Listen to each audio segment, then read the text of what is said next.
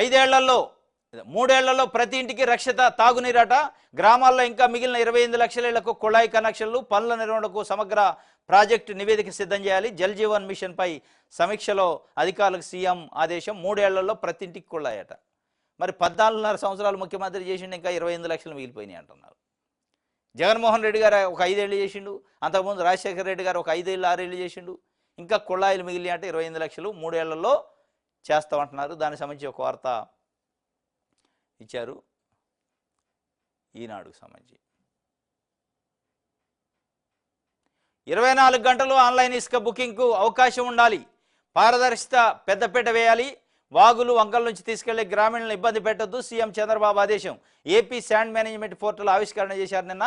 24 hours 24/7 బుకింగ్కి అవకాశం ఉండాలని ముఖ్యమంత్రి గారు చెప్పిండు. మరి ఎంతవరకు పాజిబిలిటీ అయింది, అంతవరకు ఫీజిబిలిటీ అయింది అనేది చూడాలి.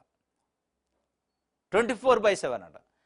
వాగుల్లో వంకల్లో అక్కడ సామాన్య ప్రజలు, అక్కడ స్థానిక ప్రజలు తెచ్చుకునే ఇసుక గురించి ఇబ్బందులు పెట్టొద్దు అని కూడా ఆయన చెప్పిండు. ఆ పోర్టల్ శాండ్ మేనేజ్మెంట్ పోర్టల్ని ఓపెనింగ్ చేసిన సందర్భంగా మీరేం ఇక్కడ పత్రికల్లో ఒక రకం చెప్తారు, అక్కడ అధికారులు వేధింపులు ఇంకో రకం ఉంటాయి.